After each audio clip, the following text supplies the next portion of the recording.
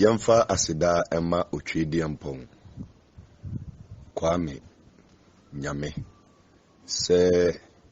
Esanwa kunya se yebetua nimdie enkyerɛkyerɛ a ɛsɛ ensaka efiri ne ho no ɛso onyankopɔn ne yendi ne yie esan sɛ enyi nipa nyinaa na nokwasɛm ne yie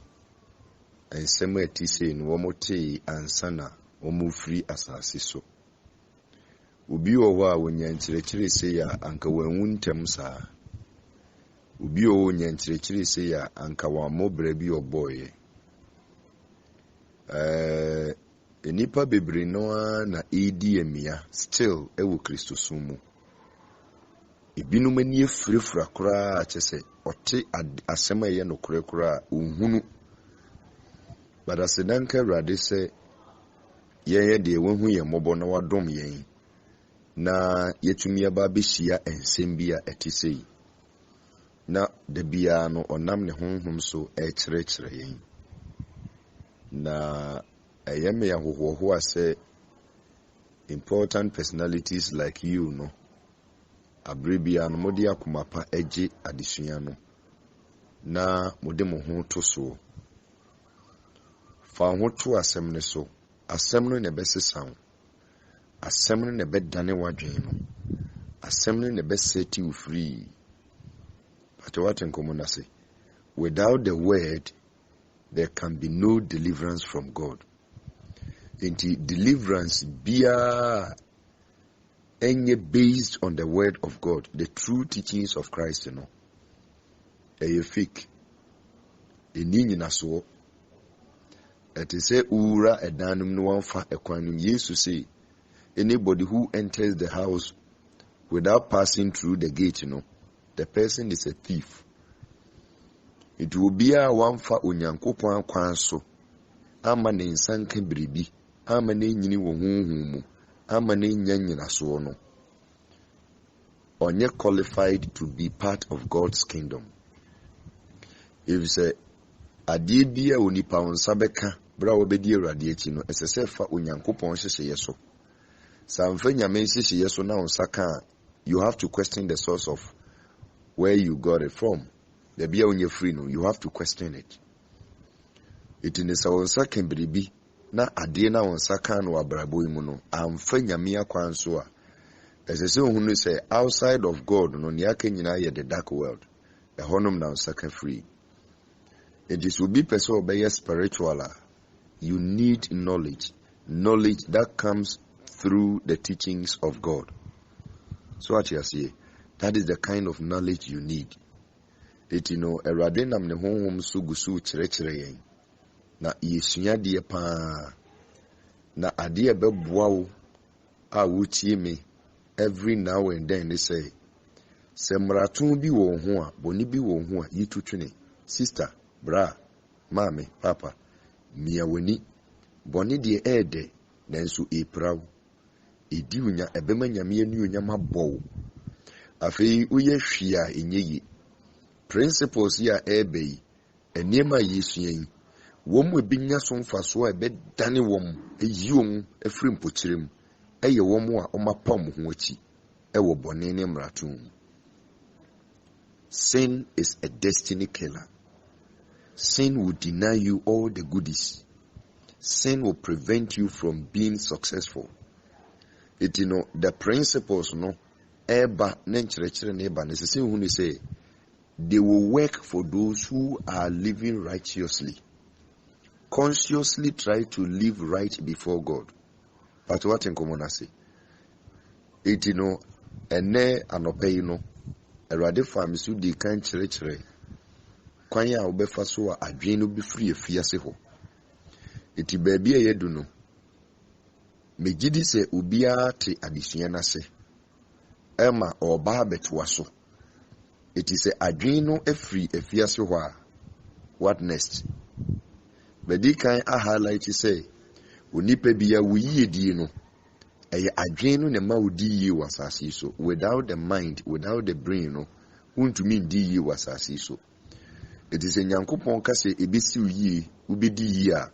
esese ohun ne say na o kasafa wadwen ho if say adie bi a yenkoso no adwen ne sese ekofa ba adwen ne ma ye di ku school kunye nimdie adwen ne ma ye tin ne ma biase adwen ne ma ye solve problems adwen ne ye bibia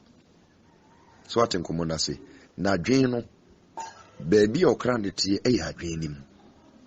it is onipa wadwen no e delivered adwen ye free your soul will be free. Itimidi ka kire mo say eye diifo no nyame nkrofo no wo mo na nyame nam mo so edane adwen no ifri afiase ho no ma kire se ne esese nipa ebo na brabo eti wo mo fa nyame asem a ehundasem wo no mayi ne di e de akire nipa ne nipa hunu se onyankopon yotumfo na nasem no eye nokore but unfortunately no diifo ne disappoint erade mo di nyame hwamo nyame nkrofo no bebre na di nyame hwamo ibinum wo ho mu yedwuma ni yie ibinum gusu yedwuma ne pa ebobo edoma no de mewrade enam nyame akwan so kirekire nipa but about 98% o disappointing nyame eti nipa dodo na no monsanka nimdia a eseso monsaka enti dabia meka say I am so lucky and I'm so fortunate say in these end times no erade adom me adom kese ati sei kame me nam he ko hu sa de wi kame nam he ko fa sa de wi nanso wahumi bi eti hu na wahumi no me pese di wo me mu nyina mi su mi yigu ho na wo beye kase sen me so what you say wuti me you don't have to be like me you have to become greater than me as so you far exceedingly things than me if the leader biano you don't strive for your followers to be like you. You expect your followers to be greater than you. As I said, dear Udi Wetino, Utumi Beye Adia more. It is all year 10, as I said, Utumi Beye 20. So what I say, and no naturally say you are a good leader. But a Bibrimano, the leader no said you didn't chino be greater than he or no, nothing as I say, Brenasi, a yinim dear wound in tia. But what in common I say, the bad leadership teachings ne followership teachings no a enema bebre ho a erade besan fa me so biebie mu de akere how you become the greatest leader, how you become the greatest follower. Wahu sani mani nyina a principle it begin to apply the principles and what we are learning. Sadisua no baby ye hunhumu de direction e ba pre na ye esese wo ye direction no na nyame nam so aye hunhumu ade ne de free ho. It is only a brain imprisonment, the mind imprisonment. Kwanya ibafa so yi adwene free ase wo no. Be chire wi ye nyame dia kwanchire na ba. Kope adwene miensa no na ye free wo na adwene mpi. Eti adwene pie wi no.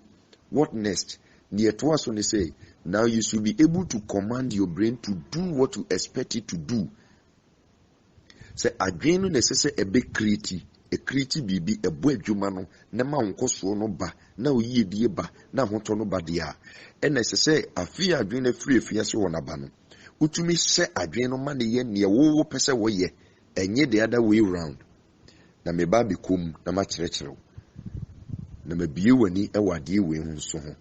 Na watumi ahwe wakwan so yi. Se obi beje Awurade di a o gidie. Gidie no se ayade a wo hunhumu na wo hwe gidie ya ubehu ni se gidie no e wo fom me betiro die nti a gidie no wo fom me gidi se afie we menyaka eye gidie It afie no ko na wie ye na nipa no ka no ne nsa nka ubehu se gidie no na adwo eti gidie ne yade a ade chi na ade sa no ano tumi dwo eti se aduane a ehye na wabie so ubie so first no a enwansen tumi isi so because aduane na ehye but enframa fa so no na aduane na dwo sa na gidie tie Etino so bi kase ojibibi dia enye nwanwa because Ubia obeka se magye di mefa Yesu Kristo se mekra ne magye nkwa. Ezise hu se nipa na wofa Yesu Kristo no wagye di. Enti na nipa no wofa Yesu no. Onyini ya untumi mfa Yesu. Eti asase Yesu no ubia wogidie. Epese me bie wani wade we ho. Ubia wogidie because honhom no gidie no eye low. Ubi odi saa gidie ni ye dwuma bia because gidie ne wo mu deda. Nyame mu ubia gidie because the awesome bosom no owo gidie. Pato waten komona se the awesome bosom no owo gidie. Osum bia wasase Yesu bia no wo mu gibibidi. It is ye kan gidie ye universal thing ya Nyankopon dia mu bia e wo bia the also won kwasore nkra no owo bibi o gidie.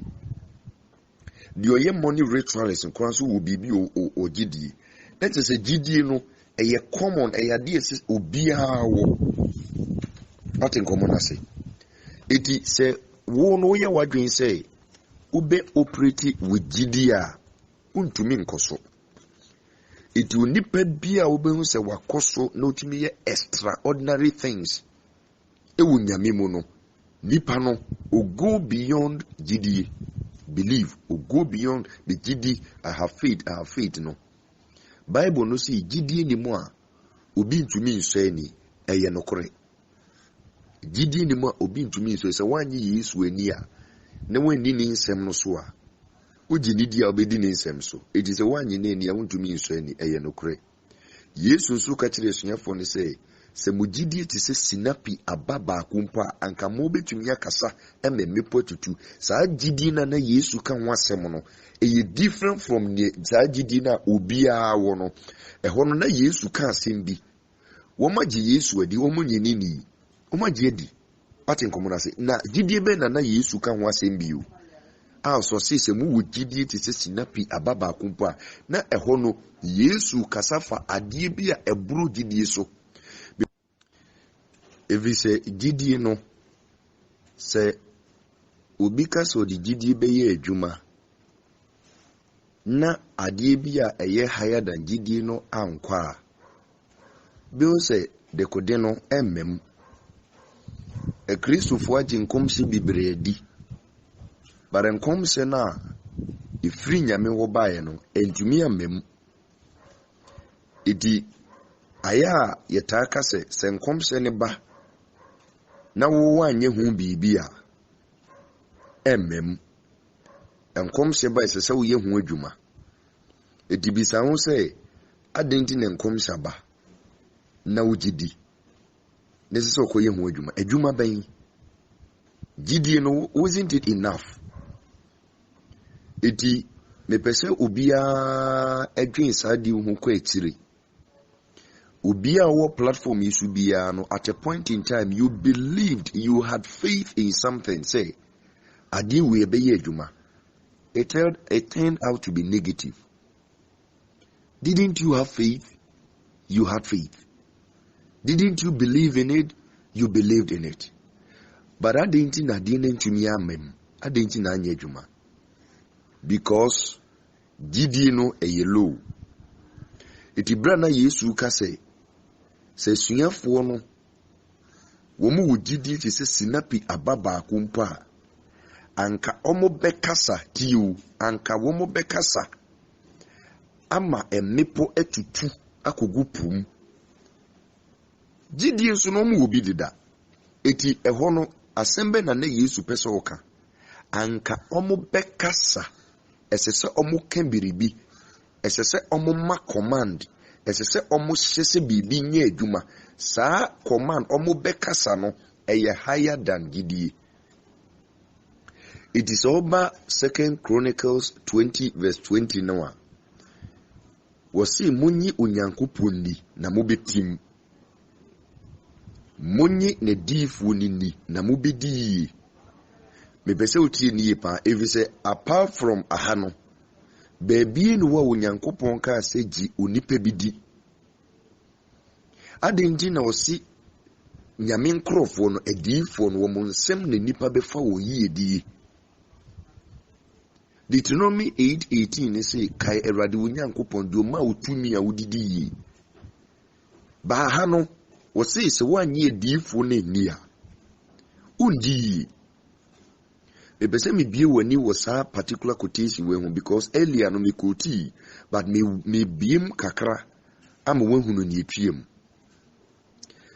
Adinti na wo se munye diifo ni sa bre no anyame ka se munye diifo ni no. Sabre na bale diifo wo ho. Na bale diifo eden e wo ho. Enso nyame san ka se munyi adiifo ni. Pata wate nkomo na se. Ebia wo beka se na so ye nipa te se me a. Ye nyina ye yepe. Mu nyina mo yepe but Nyankopɔn se gididi. Na wo ginidi a ebesi wi. Eti se wo behwa a san kofo no a nyame ka se e Kristofo na agidifo nyi wo mu ngi no enyi wo mu ndi no na enye gidi a wodi ma Yesu Kristo no wodi ne sise ni su bi na oka ho asem na tese sankofo no woni eme bi ombetumi ya kire mo a san ni ma no ombe kire mo no eno ne bebua mo ama mo yiedi na den aba na san ni ma no Onyankopɔn be da na di e wo na semu eye di sem. But what in common I say, it is will be pese odia. We ye di no if a di sem ti wen ti no a di and no di ye di eba. It is without a di sem no unto me di. It will be a utumi revealing mystery no. Send the pano na Nyankopɔn nam na so emu nipa di. Ubi a utumi kita bibie di adia esuma adia esi adia nipa nim. No yina di se nipa no aye frɛ no odiyifo no ono le betumi ama wadi eti ye ka odiyifo a obi odi oyi bibia di ekire nipa se nipa no ne betumi ama wadi e wa brabom eti ne Nyankopɔn ka se sankofo no munyi omoni eti se okosia nyame nipa bi na otumi da bibia di ehuntesem adi enya nkomsefo asem na meka ho makatero se obi hye nkom a onye odifo kyene so obi o hye nkom onye odifo komseni bi no obetumi aye teachings ameyi because komseni ye low ye very low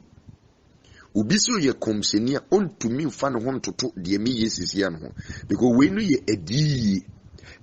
ni ye spiritually higher than enkomse it is obi odifo a otumi hye nkom ba komseni entumi nye edifo djuma ontumi na sa ehuntasem no adi emfa nkyerɛw but what in common say eti di nti Nyankopɔn ka se munyi sa nkofo ni no eno ni because sa nkofo no sa nyame nkrofo no wono no ofa Nyankopɔn asɛm no a die etachiri a enipa nim asɛm na nkasa ne nkyerɛse no die oyi odifo no evangelist be fa asɛm no die preach for repentance but odifo be fa asɛm no a otumi kyerɛ honhom ehuntasɛm a ɛtae asɛm n'akyi no no aba be reveal eti na di no enam so ne nipa adi saa na de ne tie oye nipa te sɛ mia ɔno so bɔne wɔ no ho Benjamin si di ginidi eti na baale diifo no wɔ hɔ but still Nyankopɔn ka kyerɛ ɔman ne sɛ ɔmonyi adiifo nini na ɔmo bedi hwɛ yewo osoma hudu bebree e wasase so me pese me kire wade yewo osoma hudu bebree e wasase so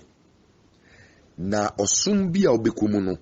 say ye Hare Krishna say ye Buddhism say ye atheism say ye Hinduism say ye Islamic religion osom bia even occult Lord Freemason Illuminati osom bia obekomu no ubia woni gidie se ne okọ na ebeye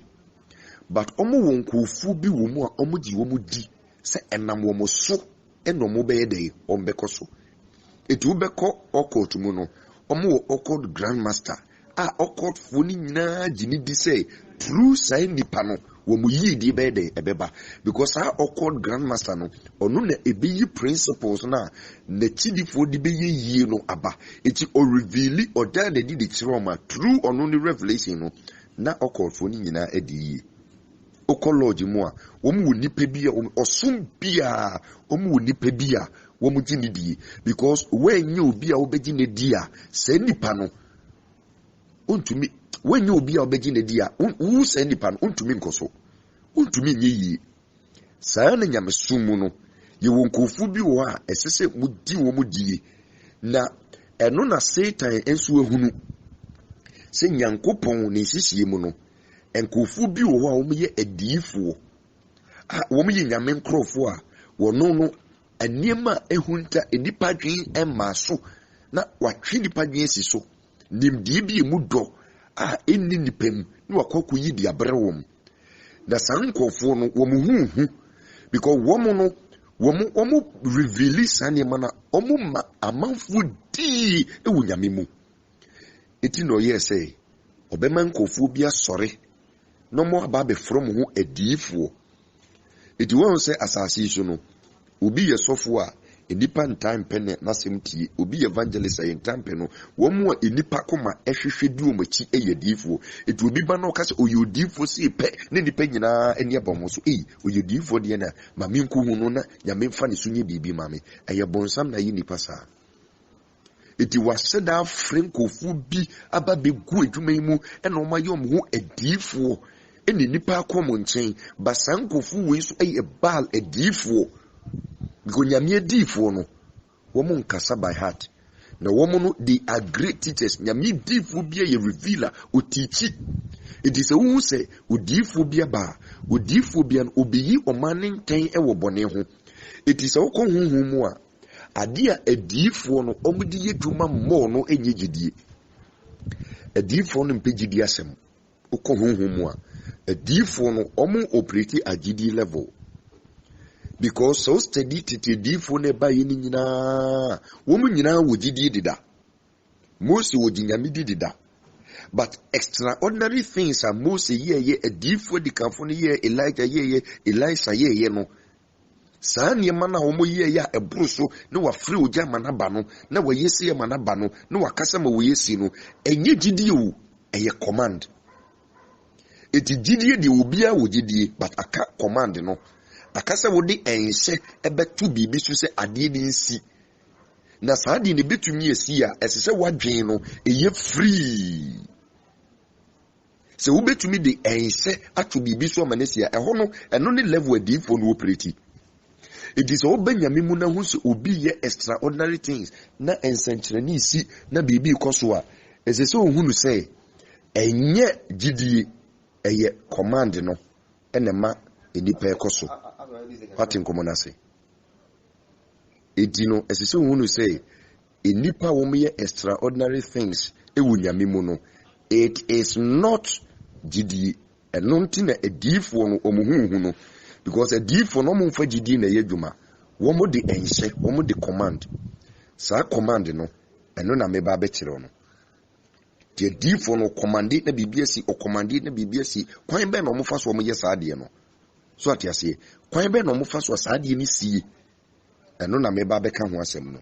how to command certain things gidi ni de owo mu nyina mu wo gidi ba gidi ni ye low entumi nkosoro gidi no ntumi ma onye extraordinary things it Yesu ba na oba ye na no nenam no wamfa gidi na ye sa ne ma no eye beyond gidi okasa na bibiesi okasa na bibiesi okasa na bibiesi kwan be na Yesu fa so ye sa ne ma no eno na me ba be kire wo na ma won so watumi aba ba yi biribi na watumi akoso eti adwen na firi afiase aba enso ho esese utumi hunu saade ewe na boawo ama niema bi atoto yi wa brabonum enti onipa bia awurade befre no na obesra ne ngo na wasoma ne se onko nonko fe nipa mre no ewo heaven no se nipa na awurade asra ne ngo no se ode adi ye honhom no ebeka no ho a saa dum achede no beka no ho ana wonya saa adi ye honhom no a pese oti asem ni ye pa se nipa no ene sese oyi enema pa ewo ni mu no oda na di edi kire nipa ne nipa fasansem no so edi edi because ono beda na di ono yi difo enti oda na di a na mo a mo be fa no mo na mo nsem no so de di but what in common say it is the duty of the man of God to release enema ehunta wo honhum no na odi ama na chidifo iti wo de ma wo mo a ubehunu se ensem no no da na di oka no eno so ene na chidifo ba befa e de akoso. And those ensem ne ya principles ni ehuntasem a ebebua eshepu enipa no na dwene iti no odifo bi no wa odi gidie eye adwuma gidie no bia wo bi dida or the command no ene ye adwuma iti no esese me kire how to put in the power of command. Sa command no brain command ya meka wasemu no esese utumi de enhye eto adwene so na ade a wo pe no adwene no kofa berewo so what I say edi adwene no ade a eni ho no ebetumi de aba eti ese wo utumi de pressure ana command enhye eto adwene so na ekofa sa de kodin ye de ebrewo eno na abrofo no study ya wo mu de ye computer no. It's a computer, no, it is made up of commands and prompts. Later, some about the science of numbers, so obeti the American say. Isan say, computer ne wo no, adie bia wo pese wo ye no, o man the commander obe process it. Our world is filled with computer technology. Adie bia computer. Sa brofo no me computer no omo kunya nimdie ni firi hefa womo no nyame sisi no omo ntumi ni so edi no ahonhom omo som womo no womo sisi omo bedi so edi sa ahonhom no so no omo ko omo som no mu a omo tinkofu bedi so they have the keys. Edi womo study the work of the brain, but the brain is more powerful than a computer, more powerful than a computer. Na die nti a brain ntumi nye dwuma yentumi mfa enhye entu brain so yentumi command ema niema nsi edu yenyame nipa onam ho se yitra obedi awurade ati nyame frɛ no kora no oprichi ba nyame mfa ne so nye any extraordinary thing miracle bi nsi won life all wonder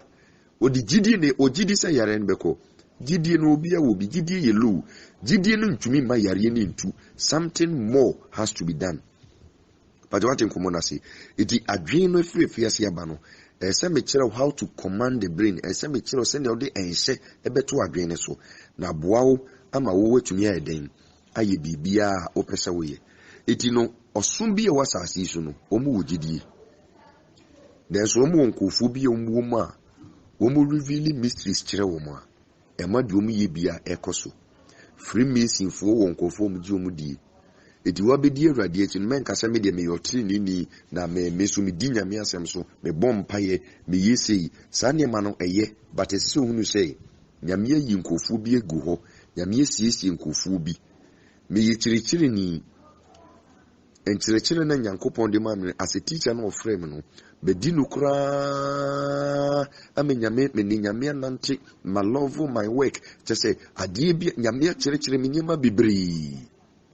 eti edi honhom na odi aba beka me ho a eboa ma enchiri won say aboa ma enchirichiri na di mu ewie peye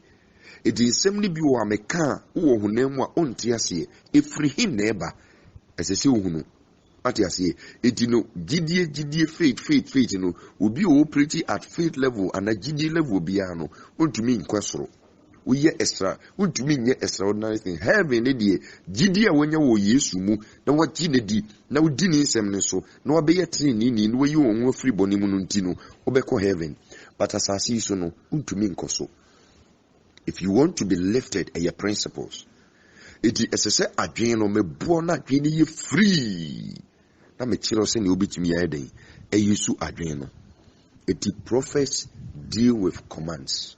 okasa eti danu Yesu ni Yesu no se mugidi te se sinapi ababa akumpa anka mo bekasa ama emepo tutu sa kasa no command no eno na me ba be kire no na boawo ama watumi ya den eyisu adwen ni eti adwen na wukura no a mo ha adwen abibrim ha ye ha adwen no enema fun ye de ha adwen no enema nsem fata nko an ye de ha adwen no edi adwen no se ne sese adwen ni si adwuma entumi nye so ati ase adwen entumi nye adwuma ne sa because it adena kwa koye te se ne ukura any appliance ana memfa mobile phone ukura a smartphone so smartphone no the program of smartphone no wa program no in such a way say smartphone no betumi aye niema bebre eti afidi a mi use so amede teaching si a smartphone video live broadcast Facebook YouTube baby a video enama wo hu bia no a smartphone we are the me use we are but what in common say I know the value of the smartphone meaning the smartphone to me ye very useful to me because me wonim the it is the same smartphone no with the video with the teachings with the editing with the scanning with the enema bebre because me wonim the this same smartphone no ma me fanko ekurase na me fanko ma ubi a onko suku da na yento sim card nsim fama no ubi hu say sa smartphone no adwuma esese nka smartphone no yema no ontumi mfanye smartphone no ni ode be ya na say obe receive call o receive call ni we hello wawie owie no de atoho sa phone no eyira ha no because hello no de ye atin komona say one with the difference the same smartphone it smartphone no dey powerful very useful but it depending on who smartphone it without one human being the smartphone cannot function the way it must function sana identity adwene a very powerful organ more powerful than anything on this earth but say who the use who enema adwene betumi ya you will underuse the brain. But what in common I say, and no, and say down a principle no, bonny one dia, you are useless. Bonny one who are beginning to mean the way it has to be. But a bonini free ho, ube your trini, a few dinner misses yes, utia on tutus would do, utia first fruit, we will be beer, was singing piano, we as we didn't now deep principles no so. A fee as a cemetery how to use the brain to your advantage. And no na aboa mi o adwen no se ne wo hye adwen na mana koye bibi it is obi frame na ka kire me se o problem a eti me mompa ya gidie me wo gidie dida se nipa no e bompa ya ne ho beto no but as say me ma adwen no ekoye adwuma bi me de enhye to adwen ne so na okoye adwuma no saa enhye no me di obi wuram onipa bia oda wadwen ne so da ti asem ni onipa bia no unya kata woni na oda se pe na wadwene so ada adwene nya dwuma it is oda di otumi pie fru mu eye wokra no no otumi pie fru mu oda no wa pie na okosunsun wiase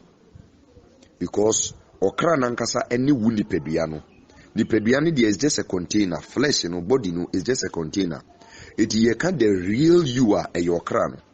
It will nipa you are a spirit being contained in this physical body. And it was possible for Jesus Christ to take the form of humanity because unya body form there the body form can contain ninyamisu. But what in common I say? Iti unipe biya no woda si pe okra ni nepi. But woda na wadwene so ide ada. Wunyane ya na adwene so nyane. Na de tie ne say wunyane ya no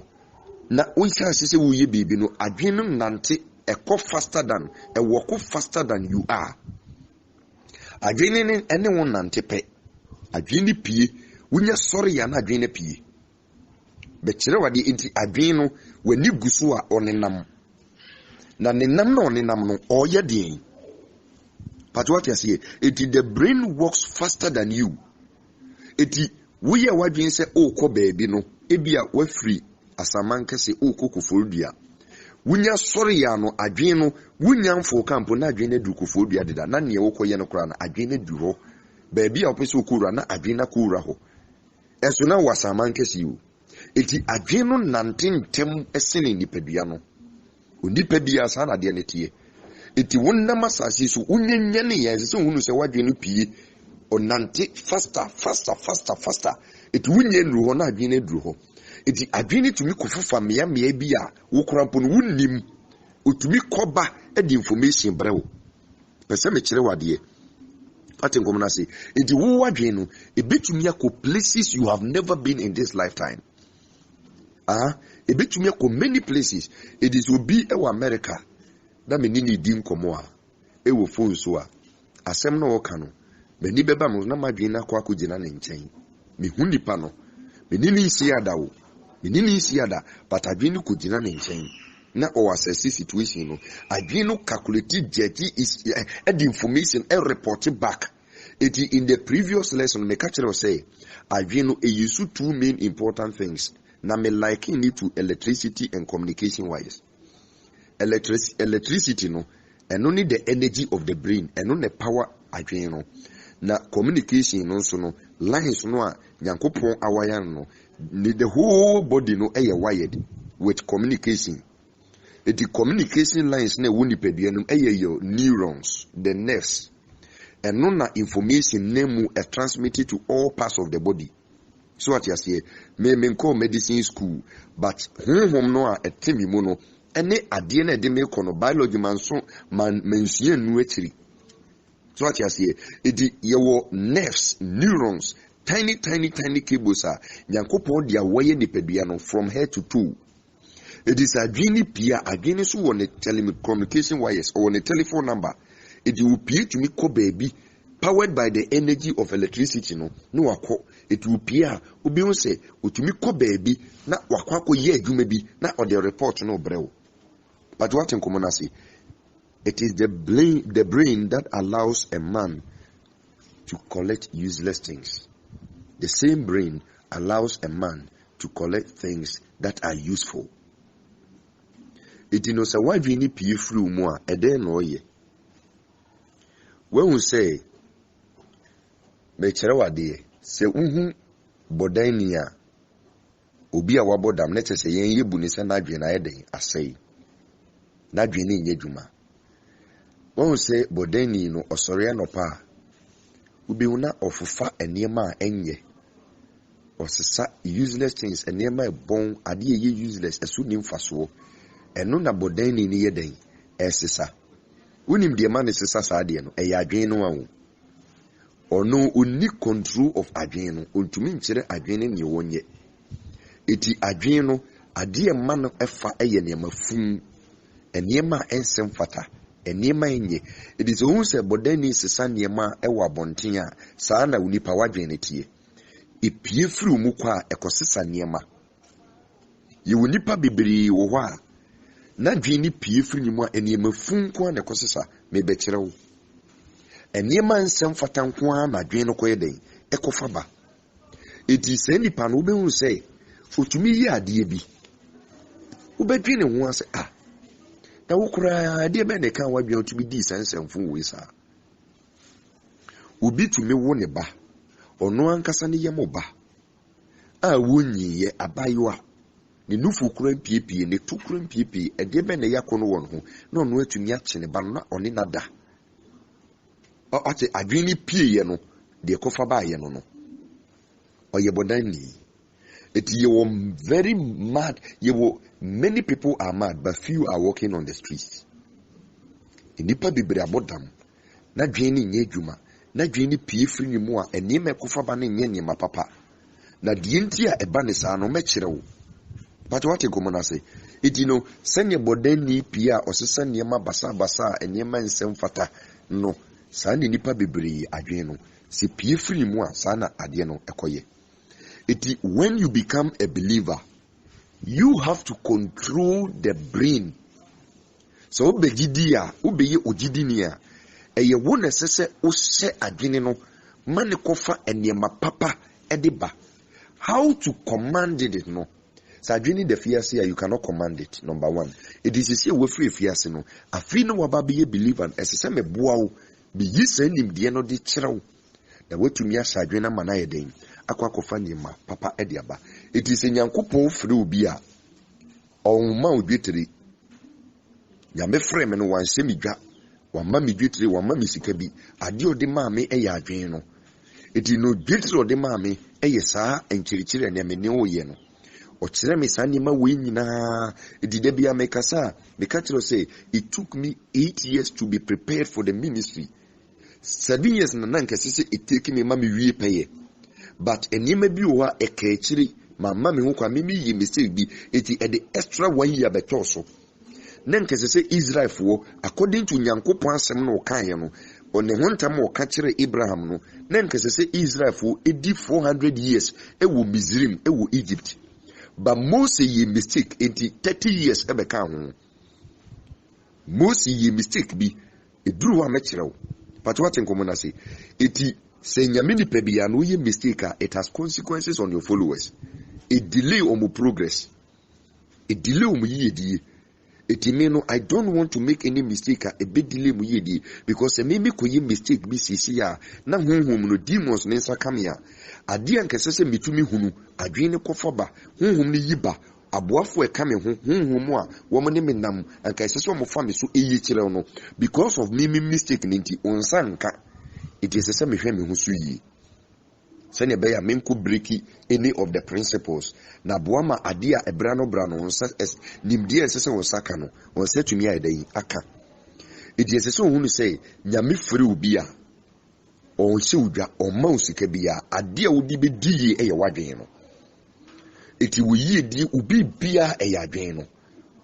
edi se wo sore na adwen no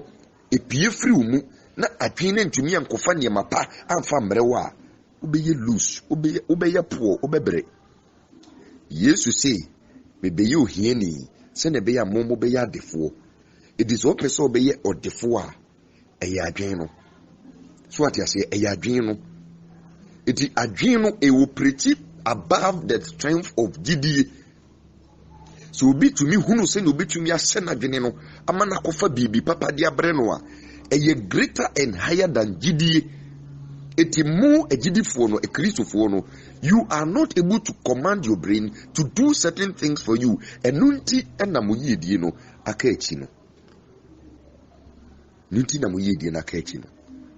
ebebiem e de akyerewo e me wo hu ne meka no onipa bia wadwen no embom eyetu yachemu mienu ebra me teach on unforgiving spirit no meka sa asem we onipa bia wadwen no emom eyetu left and right na die nti onyankopon ye ni mienu no se oyebo man ka nipa wadwen na ebese ka onipa dia na ebese if we say left no agi information a esese one right no esusu ho one right no ejeje access omusi nkunya na omo access information bi a eba it is online kutia dadwa so a the receiver of the information no your left brain no ono di kan ji information no me di kan ka tro se me no menye doctor menye scientist banyankopon honhom no ebie mani enti me kra no nante okra ayi adwene so nante wo mu nyina ye adwuma enkofu bi so kame ho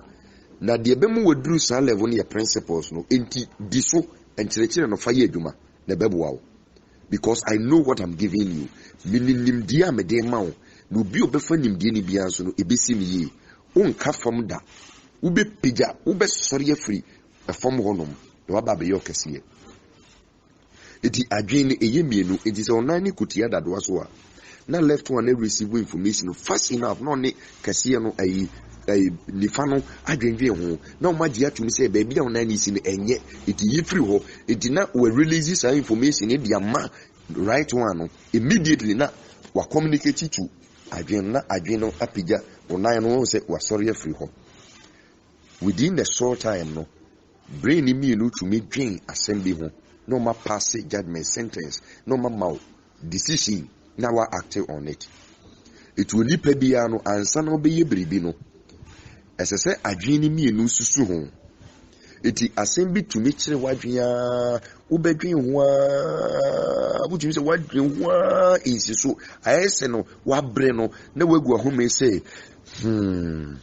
unya ye hu na no na left no release the ama right no na se pressure na ewo mu no na ekofom sabre na nifa no so age a wono nso no oye hu adwuma odwen ho a eti adwene mienu ebedi hu komosa eti the storage place the right one eti nyom beka no na yakwa akostore the right benim ehonom na ye ade ya friend no yard your friend no warehouse. It is the mind of the forgotten, those cells now store information, brain cells now it keep information because adreno emum say uko adreno mo you will chambers and then you woman no sana my friend no chambers e bia no bibi wom enti wadreno e wo sa no nyankopon ye ni mienu for effective communication. What you common say for effective communication, it is obesha onipa wani eye mienu waso eye mienu wohwene ntokro ni ye mienu enye baako ba wano no eye one wani ye mienu waso ye mienu wohwene ye mienu the sense of sight eye two eyes, your ears eye two, your smell eye two, mouth no na ye wa onsa ye two, onan ye two. What in common say ejinese so hunu say nimdie bi ebatasa 222112211 nyame wodi entia oye ni 22 na enuanom God is good. Se nyame bi wadwem na adwene adwuma wo hu eniema wo be hunu no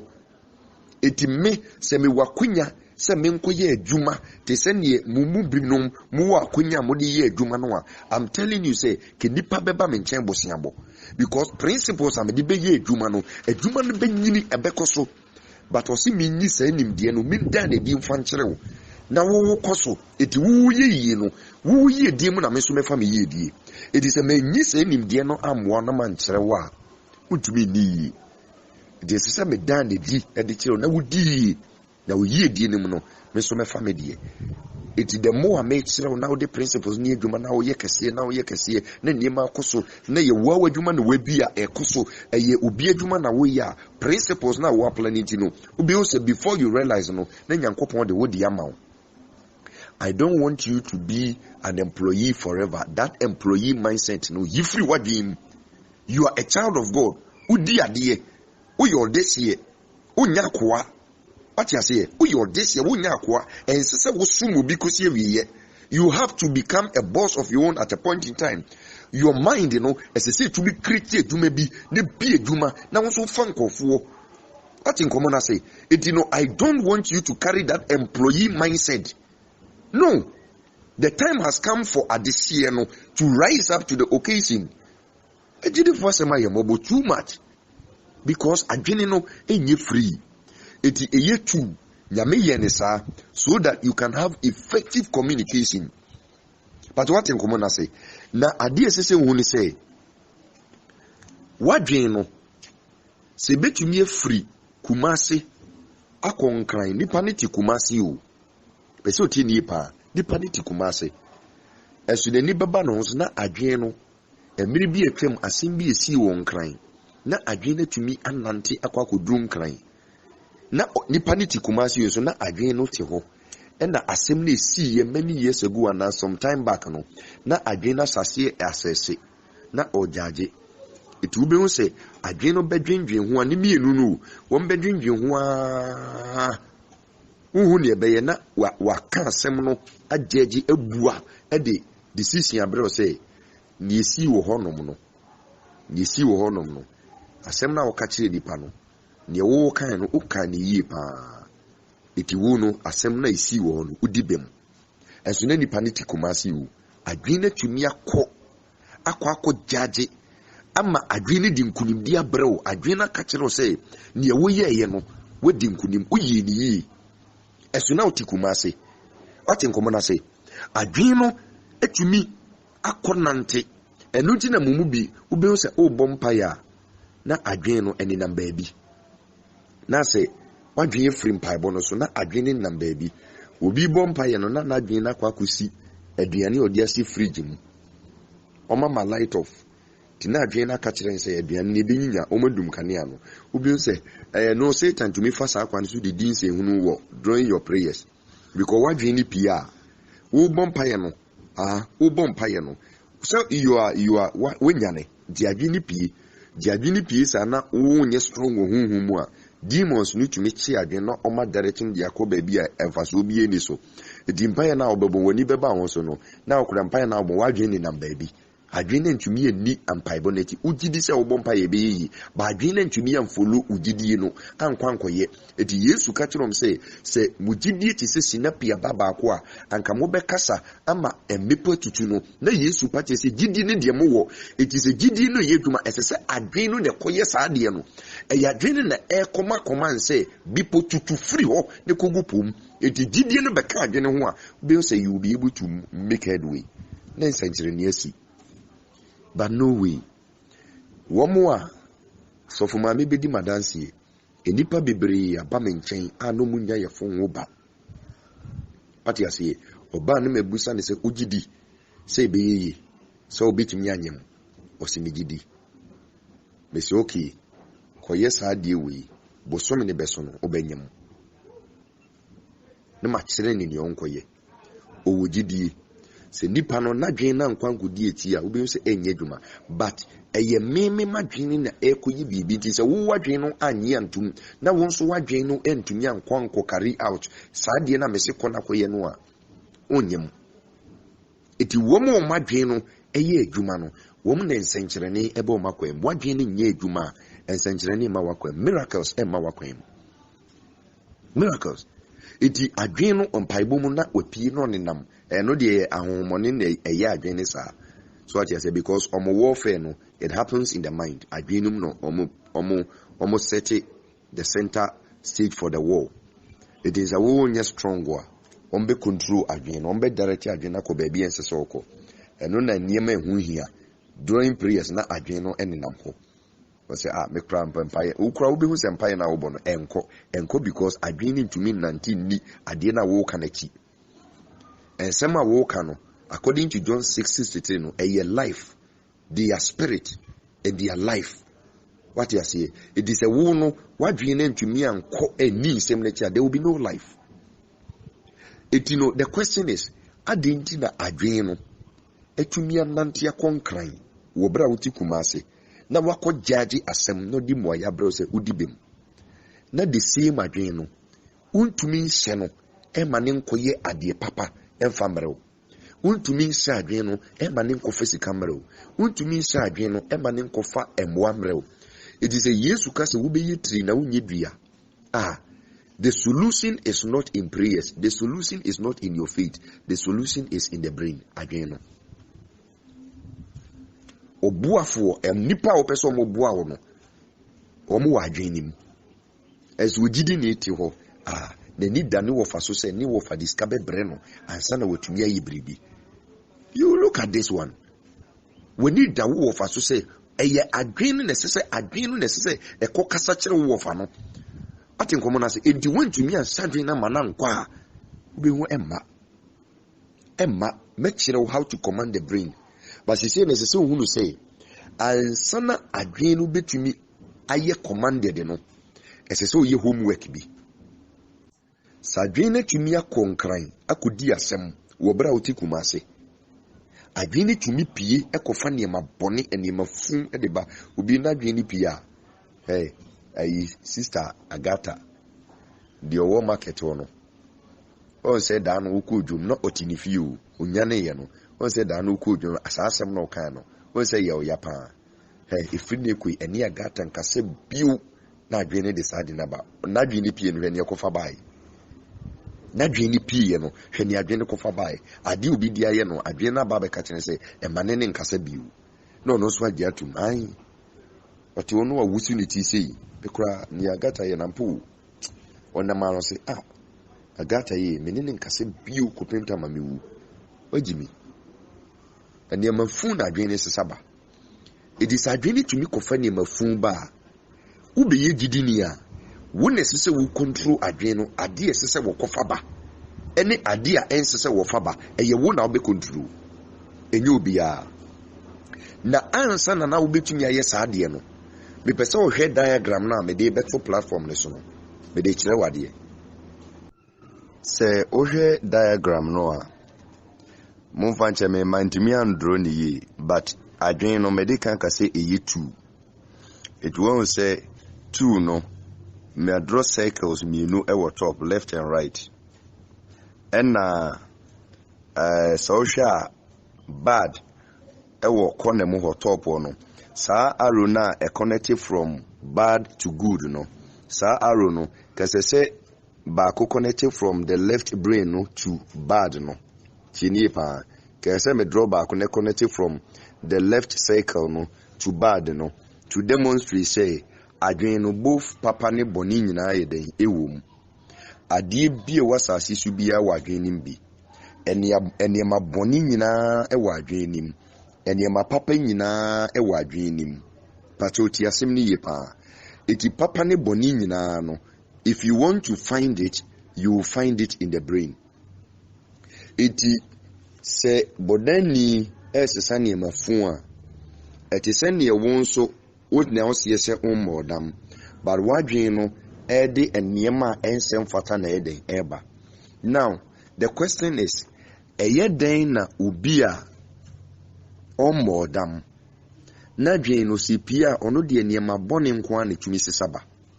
aden ne ba ne saa aden ni nipa bi wo a na dwen no epia ade bi ode beba bi anye enkofo ho sem no akofa ba adwen oba akofa ba adwen pie no adwen pia na ono namo ena okunti adwen ye faster than you na akota ze on get na usia ni stage on se na ne to ye fine pa ne to ye kese pa when adwen kofa ba ge bia na ni hu no a ekwa adwen nim no na adwen no epie no wasa akwa akotwe ba adwen no be se adwen no ba kugina ba bia na ge ni gina pepepe ba so no wa be fiu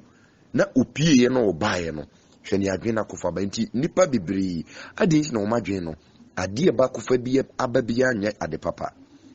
ne tene say bone ne papa nyina e wa adwen nim na mebekire a secret so kinkan Deuteronomy chapter number 30 verse number 15 to number 16 no patuti asem ni Deuteronomy chapter number 30 verse number 15 to number 16 no Ebra Moses edina na juma beko na wiye na obe handi over ediama Joshua na wa continue with the journey to Canaan no Nyankopon fa Moses so e ka kire wo man Israel say enedei me de papa ene bone ti good and evil me de papa ne bone enkwa ne wuwo mesemanim na me de mesemo se nka monfa papa na monyankwa. Now the ability to do good or bad is a decision of the mind. Person tiasim nature say adwene mu no papa ne bone nyina yeden ewom eti die nti a ebinu madwen se pia ekofa ne ma fonko na eba ene say se nipa no bone nko a na oye papa no wonye ade bi obeye bia ye bone atrosem owum adwamamo owum krono owum konkonsa owum ayi ayaka owum ye friend say asisi owum akwadiro owum ade bi ye bone bia nipa ne ye etu nipa bia woda so ti bone oye bone mo ono die asase so oyi na dwen no enima papa nkom bone nko na oye edise obone no bedoso a ti asem ni yipa se obone ne bedoso a esese ohunu se wadwen no epia enima ensem fata ene ba akotwe ba edise obi pese adwen no epia ekofa nima papa bre no a esese nipa no yi nima bone nyina firi ni mu Sanye manu me frem enwura wama na dwen ho afu tini pa adwen ho ayede afu enwura ni gina ho ma enema bone ade bia enye eno na nipa no oye no wabrabom o wadwuma mu a onka no kore chese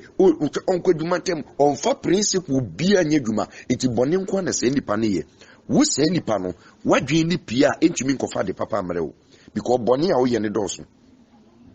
Sanso na se odo enwura ni nyina oyi enwura ni free wadwem anopa bia wododo ho obo adwen ho ba o protect adwen no se wo ma ade bia ye bone emewura adwen nim omfa wadwen no enkotwetwe niema bia eye bone na wo ankasa mu no obeti ho afiri bone ho a odo adwen no na oyi nwura ne free adwen nim no emframa befa ho be se eniema papa etu bia oye papa mo no na adwen ni pia ekofa niema papa wo a wo ye bone mo no wadwen ni pia ekofa eniema bone ne brewo sa na de ne tie pato watin komo na se eti demo a wo ye bone no enye me kwaku na wo ha me wadwen no na wo ha no wadwen no na wo ma ehu afuo ba se de bia no odudu adwen no o protect your mind no o prevent anything bad from coming into your life wadwen no obehu se ne ma papa nko na bekum afi unyane during the day na adwen ni pia ene ma papa nko na adwen ba ko eden e ba ko faba wama ene ma fu ase wadwen no mu ma na bede na adwen ni pia e ba ko twetwe ne ma papa ba wo wa yese bodan ni wadwen ni pia emfa de papa mrewo ade a ensem fata na kofa ba maybe a omo adegem dida omo dross no omo ton esoso omo kyese nkwase ade nkwa na wadwen no opia okotwetwe brewo obekai na kyese ge bia awie bi no ye ne ho adwuma ensamfo nko akeke atenkomo na se die nti ama na ba ne sa ne se mumu bibiri na no madwen no mamma papa anoso wo mabrabom eti ebra Moses ka say me the papa any boni esimonim no when say in the garden of Eden no obonsam ka kire oba no say Adam say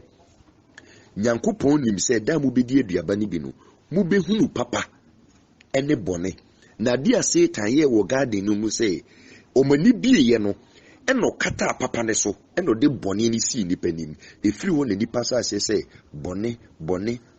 nyame so nim say adwen no de mo a wo ye boni no na adwen ne hu fu na adwen ne kan wuram na adwen ne oni ahoto emframa mfa adwen ne ho eti hunhu mu no de mo a wo ye boni na adwen ne hu fu nwura ne fu nwura obi die fu nkyekere obi die fu kwaye bi ntu ono ho onyini maboni ne mfrim eti na adwen ne pia edi niema basa ye nko na bre no emfa niema papa mre no adwen ne pia enyi niema edi niema fu nko a waye se bodan ni eno ne ma obi tumi chi aboa na one nada edi be no hu aboa no ho a akono enti ye esiso ne aboa da wabodam eno ne ma openi de wunyi ensese akwada ketua ehu wadagem na nemua 16 years girl ede ne hwewa edi agro na nemua na wotina bedwam edi asem 16 years girl ne nana nkansoa ne nana anema enya sensa akwada bibre na nemua wama akwada ketua 16 years girl ode ne hwewa na nantohwe edi agro na nabodam adwen no wamfa ni mapanshim omo damu a onye sa adwene nye correct. That is why I say many are mad but few are walking on the streets. Eti enipa bi ye niema bi a wodwen ho a wonte ase efri he bone adoso wona brabom wan weni nyame asem so eti bra Mosika asem de papa ne bone asimanim no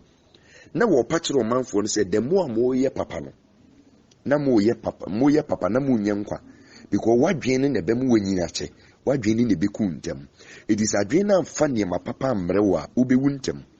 sa adwen ne pie na ne ma fonko na osesa brewa ubewu ntem onche wasase so obeka fom onye yida because ene ma bone nko na adwen ne sesaba na so hwe diagram ni ya epese oti asem ni yi hwe diagram ni ya ubehunu say hwe baby ya bone bad no wo bone no hwe baby ya wo so ati asiye when baby a good wo in between good and money no when say in between good and money no what you want to do adia o pesa wo ye no in between good and what you want to do it when say money sika ben adwen ukọ hunhun mu asika ben adwen no die ntie Nyankopon ye ne sa ma draw ade we to illustrate so what you say die ntie hunhun mu no nyame ma sika ben adwen no nifa no because nifa no ye warehouse it die free benkunum aba nifa ni mu no eno na kire se obeye yi ana wonye yi eti Nyankopon ama sika aben adwen no hunhun mu because Bible no say osenkafo se sika ye ade nyina money answers all things sika ye ade nyina eti se nyame amma sika na amen adwen no a uyi die no ebeka echi na emu no esese ohunu say hwe bebi asika no wo na hwe bebi a bad wo na hwe bebi a good wo won say good no eben money it is the moment oye papa no then you get closer, your mind will get closer quicker to money. It will nipa bia so pese uyi wasase so a the principle is do good. So pese isi wi a okon kanya ya papa. The more we papa no, what you want to do no between money and good. What you say? It in you get closer to money in term. Obi ye papa obey sikantem. But he baby obi bad no. Obi to me ye bonia. And only arrow na me ye inu. Na baby fa good no so. Na baby fa what you want to do no so. Na baby tina sikana so. Enti na se Nyankopon ya dom na me say ye life teachings no a na me feed in the life a board si ho. Me kira mo wahunu se ne ade nsitie. But in the meantime bear with me. Ejube hu say obi tumi ye bone saa na bone na ba na betena papa no so na etumi abroso a na what you want to do no etwem afiri ho na ba betena sika ne so etu nipa bia bone ekoso abrabo mu no ese hu say bone no e ba betena osika ne so die nti e betena osika ne so ne say wadwen no eho afu eti adwene pia entumi fa de papa ma eti ube se boni ne ba betene sika no so no wo se nipa no unye yi da na wo de yawu wo bedi nyame eti saa so unye yi ahanum na mandidi fo bebre abrabo na kanu eti papa ne boni nyina e wadwen nim eti se Nyankopon de papa ne boni si nipa nimu a onim se wadwen no papa ne boni ne wom eti Nyankopon pa kire se control the brain adwen no esese wo ma enima panko akwa adwen nim enkofu fa ne mafun fa nkosa adwenim abibifo Muhammad dwen dodo ne yire baako enso no esese okofa girlfriend adinji na ho adwen ne sa ade a odi sa adwenim nya jepa because you will never be truthful. So what you say Bible no so say as a man thinketh so he is adwen a wo dwen no saa ne it is a papa na eba adwenim a oye papa boni na eba adwenim a oye boni. Eti dia obema na busu wo wadwene mu no eno ne nipa ko a wo ye eti nipa bebre wo a wo ye ade bi wo a utumi dwen wo a wonte ase na okura die be na enyo no a bone nko a ne wo na brabom eti that is the fruit you bear. But what in common say eti wadwene no se wo pese epie furu mu ne kosesa nyema papa ba do ho enima fun ne wom ni nyina yifrim esikun ketinketi yifrim pesemenkum nya yifrim enibre yifrim sanyema ni nyina yenwura eti homework amede ma no se onipa bia no wadwen no se fu akona kodo ho won se abe sabe betumi abo na ayi bemu bunches no ayi akese a all the time se otumi du abe no ho na upuruni abe no what you say branches na eye unwanted no upuruni ho ube usafe na emframa efa abe no ho na abe no ebo afi ukoye enwo na ubenya nwo bebre na osika na edoso saa na adwen tie se wan dodo wadwen ne ho saa enwura na wama na kugu adwen mu a adwen ni space adwen ho ntono because onipa baako hwenkofo nsem esi mu onipa baako hwatro sem wodi onipa baako unni ahoto adwen no a wadi form ya adwen no eti enne na adwen ne free efiase aba no me kire o say se wobetumi de nse ato adwen ne so a agise ani mafuna bone no o na doso wabrabom no yi bone nyina free wabrabom uyi bone ni free wabrabom na adwen no o do ho no na o do ho afi obi hu se adwen ni be ye free afi mframa fa adwen ho a next time adwen ni pia on ko fa de bone mfemre o eni ma papa nkwa na adwen ba yeden e ba ko fa ba eti ubeko na mfe adwen no ote hwa na adwen ba be ka kire se wadwuma no o se uye ni se ya anka beboa wa do ho no afi ote hwa na adwen no adwen tumi pie ko ba bi a wonim adwen tumi koye adwuma bi wo ba bi onya we na odi information na yeden abrɛw adwene tumi ekukumase wo bra wo ti koforodua na wa kyerɛw sɛ ukukumase a stores na wo no mo nima efo enti ko ne kofa no ho na dua no ukofa no ho a ubenya mfaso sa adwene betumi ayɛ saa de no a agye sɛ wadɔ ho agye sɛ enwura na wadwene mu na wo yie firi ho ɛno ne betumi ama adwene na yɛ adwuma ma wo enti no sɛ wo nim how to protect the brain begin to protect it protect wadwene no emfa nyema fun ko sesa adwene nim onipa sɔre a ɔsɔre no pa na nadwene epie no ayi bia ba na ɛwɔ get ho no bia ba no ɛhɔnom na nadwene kosiye na wahunu ho sɛ ɔte hɔ no wakai ensa o na ne kwando o ma ne ho so a ɛno ne information adwene dia bre no ɔsɛ wo kai Guinness no ɛkɔ square pa unya donko bi de wo no na unya chinchinga bi na sausage bi a on say you fine ɛno na adwene kɔfa ba hwɛ baabi adwene de na kosi etu ɔsɔre ya no odi akire ɛno nti na ebinom tumi ekodi ensemfo akyi ade bɔne bi na wakwa akodi akire obi di nkwasiasɛm na wakwa akɔ support no na adwene no ono bɔne na ase ne ma eti adwene pia on support ne ma papa obi di nkwasiasɛm na anka ɛsɛ adwene tumi ka kyɛn sɛ wei ɛyɛ ensemfo ɛyɛ mura ukofa ba adwene mu a adwene ho bɛkyere no ɛhɔnom na adwene bɛkɔ it is a wi o ma bɔne no dɔɔso a oba betwia fa good ne so na wetwia fa what you want to do no so na mo aba betena sika no so it if you no adwene no will not be closer to money adwene will be closer to bad it is from that time no enema obeyi nyina emfa kwan enema obeyi nyina emfa kwan it hwii na wa ma bɔne no anya wode se wo ma bɔne ne ye woda ebe pepa papa no afi yi wo nipa bi wasase so a wo pese oye papa ba wontumi wo se na no Paul say papa me pese me ye no mentumi bɔne a mempe no eno na meye na se meye bɔne ne dia ena na nya me Paul ena meye saa bɔne no na mu tumi bi a anim nipadua na dwene edi asie ena to aso ka se asidanka ye Awurade Yesu Kristo se waba be yi ono Paul e de afiri saa mane enim Yesu kwan be no fa so obeyi Paul hu se okoso aye papa no ye papa afi bɔne no a wontumi nyan no oye papa ni nyina na ɔdɔ adwene no ho adwene be ye free wadwene na di wo bɛkɔso wadwene na be mu wadi wo yi na afi adinti na wo ha adwene sister adinti na wo ha adwene no bra adinti na wo ha wadwene sa eniema nsɛm fatanko na wo de ba wabrabom adinti ya oba baako hwɛ meme di usuo furusane ebe de na adwene ye free enwura efui bema bia ho nsuo ba wo mu ebe de na adwene tumi ye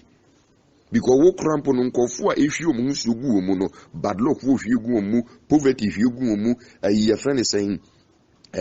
premature death fo ehwie omu nsuo gu wo mu obema bia ba na ohwie ne ho nsuo gu wo mu wadwen no wasɛe no eti adwene nam ho a instead of so ba kɔtwe adwuma ba adwene bɛbɔ adwuma adwene bɛkriti anema pa no onama emmema ono mo twempna wo so ni mfaso onna adwene kɔtwetwe wo mobra na time a woni ne da na ne bɛma ne gina so kinti time wo ma ne kɔ sankwase ade we eno na wadwene kɔfa ba ohuni wadwene yew ade ankese sɛ boa ma wodi ade ankese sɛ boa wo ma wodi seseye so principles so boni ninti ohuni aba beto iti wonipa bia obeyi ya eye nadwen onyi ya eye nadwen obetumi agyae bɔne a eye nadwen ontumi nyae bɔne a eye nadwen iti yi bɔne firi wakwam na dɔ adwen no ho na adwen ni nye firi adwen ni be ye firi a oyi edie mu anu no pato waten komo na se madwen ni nye firi ha adwen no protect your mind mo bi mfa de fun me sa adwen ni protect it pato waten komo na se eti obeji Yesu edi ewie na afi niema fon wado adwene ho wabeye otini ni obo mpaye utua ntutu so dudu the beginning of the year you pay your first fruit oye saade no so oye saade ni wie a oye tini ni wie yi ho free bonim do adwene ho wie na mframa afa adwene ho afi adwene ye free upia eniema panko ano sesaba o kyerɛw afi oti ho na adwene ma ideas na adwene ma ideas na adwene ma ideas o si ye ni sei na beye se fafa ha na beye sei ukɔ ha ebeyi kuhu asomasi adwene di kan kyerɛw nipa ko a ukɔ ne nkyɛn a obenya moa sɛ wadwene no ɛyɛ adwuma yi a sɛ wo pɛmoa adwene no di kan pie mebɛkyerɛ wo edisisi a no wayɛ otiri no wayi sane man nyina free mu no kwan bɛ na wobɛfa so a wobɛ command the brain no ama na yɛ ade a wo pɛ. How do you command the brain? After say wayɛ homework we nyina awie no ade bia wopɛ sɛ isi wo abrabom no don't believe in it. Fagidi ne to ugidi sɛ bɛyɛ but the obeye nie ɛsɛ sɛ obi wa no na adekode na wopɛ sɛ adwene ne yɛ no oka enka no wɔ mu bi wa no ne ka me pesika die didwa sabre na wo yɛ tini ni o sabre na wado adwene ho nyinaa wate nkomo na se weyi ho afiri bɔne mu eti bi wa no ne ka wado adwene ho adwene no pia ne mapa no kɔfa ba wo de papa wura wa brabom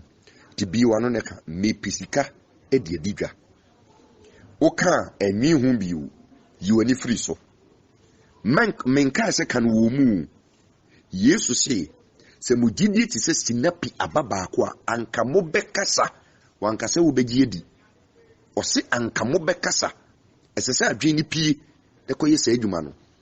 na how powerful the brain is no unim eti wonu you have no idea adwene ni pie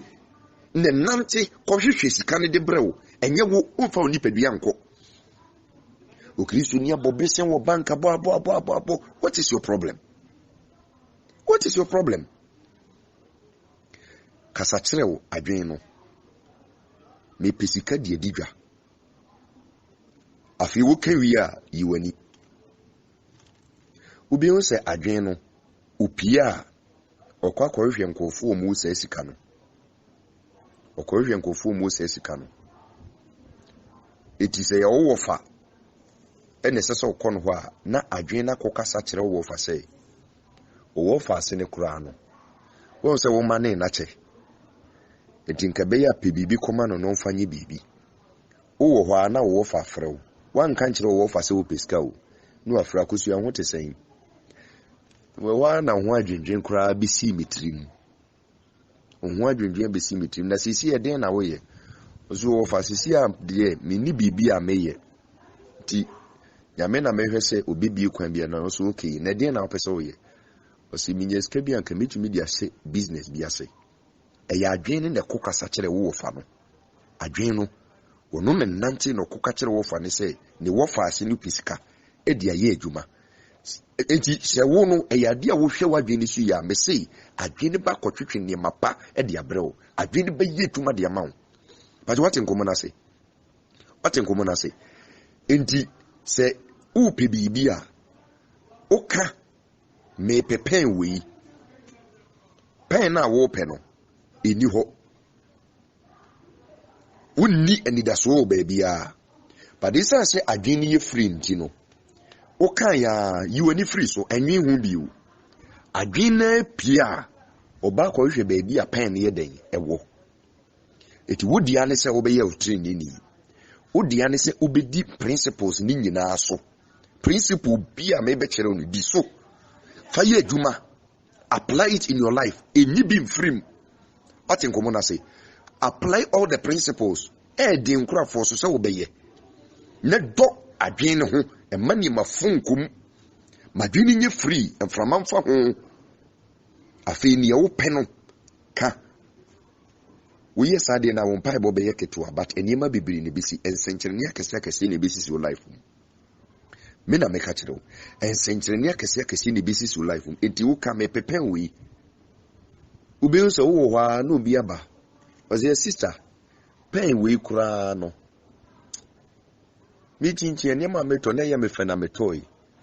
na mi ni pe bia kofa pen we bibiri e de aba dipa so de pen be kire wo ne nka pen ho asemu adwen no akwa locate baby adekode na wo pe no ewo ene wa kire se ko ansabeka afi uko ya na dem opemwa aboafo no wo wadwen sa adwen ni nyi ya unsan kamwa no eti adwen no tumi scanne enipa ewo around you na adwen di kan edi ansa na wo be ko bi wo se wo kwa kopiska ana wo kopemwa no adwene di mi edi kan ka kire se nipa so masi sabe na adwene di kan ko haba wo It is a yadwin na nante yako adwini ye free. Now you're training na adwini ye free no tumi koba. Okonwa emfeli. It will be a na adwini ye free na epie no tumi hyene no. Na ade bi obeye bia omfeli. Onso de wakoka wanu asem nyina de akire nipa no secret na waka kire no. Oti asem ni we say I'm sorry. Mpacho sisi ano na mediska no ebu asumesi. Eti we the next time. As you know eti o secret nyina adwene ntumi anko ye dwuma no. So what you say? As I say, sa adwene betumi ye sa di we a age se we yibone wado adwene ho yibone bi free wabrabom ma adwene ye free adwene ye free say pe ubehunu say afi asem bi a obebie wano aka no na ye dwuma eno nti na asem bi a Yesu Kristo beka epoasochi ye din na epoasochi ne ye din because Yesu no boni nyina so ne hwe na enso boni ne ni so boni bi ehunu ne mo na adwene no na ye dwuma.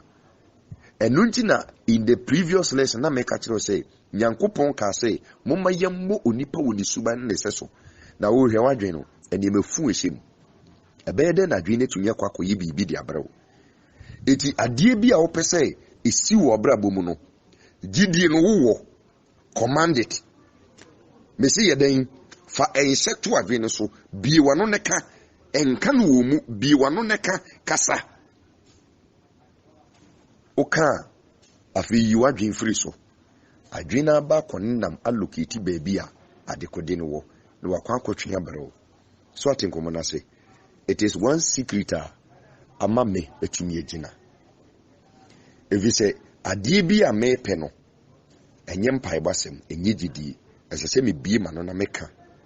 me pade wi ubeyo se na adwen no madwen ye free me ha madwen no. It is a yo say wo ya de ma na ye me ya na me de asemu a obua me hamadwen ne sa bi jadwen me madwen ye free eti adwen pia eni mapa na adwen ko fa bre me so atenkomo na se eni mapa na adwen ko twetweba be de be na wo ma wadwen na ko tweba. This is how you command the brain. Eti when you say Papa ni boni nyina wadwenim. Eti when God sets good and evil before you, don't be in a hurry to go and choose evil. Men kofa boni. Fa papa ni besi yi. Me say won koso. Uyi die. Ye onipa bebre ho a ontumi nyae boni. Woni die nti ontumi nyae boni. Adwen na ho afu. Adwen ho afu emura no edoso. Age adwen na boso. Eti se nipa no ontumi nyai bone adwene ho afu ne de be na we expect eti se ne waye abefu na wan no ho na abe no akemura mo be ko na ewura na giefu na fa abe no krampo unhu eti obi nam kwanche obefu se eye kwaye ne siwe so na abe ye den ewom enema papa wo mu but the inti enema papa ne ntumi emmeka wonsa no is because wadwen no a ebe ma enema papa no epie wa manefu udi na kosi nwuram do adwene ho afi fa inseto adwene so ka kire ne ne ope oba ko yidi abrew awrade nti nanim nkirew onse woni onyam omoa na onyi oyi me esese me boa ma wudi na se wudi esi uyi a mumu bi wo ho a mo be kai me but obi wo ho a onkai enyame asem ba masede ne se me boa no wadi adi na me de ba no enum na obefa so adi uyi nyamenti nanim nkirew enkirew na omma wonsa no adwuma David bompa ye bi ose awrade ma woni mutie mra yen so na yensa no nyuma enyeyi ane yensa no nyuma enyeyi sa wonsa no adwuma no betumi ayeyi a store na wobi no provision store no sa wo ye homework wi a matiro ni nyina wi a afi wo be hunu say me pese me story eniema yema ebuso bi wa no neka afi yanwi hu bi enwi hu wa na adwena nante no wakọ main distributor bi ho no waka kire nse mon sase monko kurukuru so na monko penkofo a wo mo betimi age ne ma na ton no mo ton wi a wo mo discover na ka bia ba bepio ho na obi esi Africa no ye pe obi a obaji ye niema ebi ye de begu ni store na waton na uton wi a mfaso kakra no wage ne de na ode esika mayin aya adwene ne ba ko yesa adwuma no This is one of the secrets. A Nyankopon edi amame. Eti ofrem no wanse midwa. Ofrem no wanse midwa. But adie bia mepe ewo ministry ni mu no. Ma ha madwen no. Eti adwen no kotweba. Me wo ha no obi afre sofo. Me pese me boa wo. Be tia sembi ewo YouTube. E kama koma se me moa wo. Kama koma se me nso wasen. Ebi ada no. Ubi komuna me bi ma no aka se me piska. Aten komuna de bia me bi ma no aka se me piska bia no. Me hu ne be out of the blue na obi afrem o sofo eti unka che wo. Me de kakra tumaya na odi atu nsu bia no mwai. De nyame afa so ya mame enso make ni nipa no nyame afa me so aboa no e ma ni wure fi me on freme on kai me but adwen no ekọ no akokasa che nipa no se ebribi atwam nipa we bua o na me hu adwen aye den akwakosi ni tirim won so wo ho a no bi hu adwen aba besi utirim ubekum na nipa no oya odwen adwen pa etu bi a papa woni mu bia no ne hu adwen kosi nkofo nipa no wona ne hu adwen abesi utirim ma me free nipa so mesi na me check no onipa boni nti hu adwen kosi obi atirim Kristo hu mo bo no nti ne nim nkyerɛw na wie nkyerɛkyerɛ no wo kwasi abusa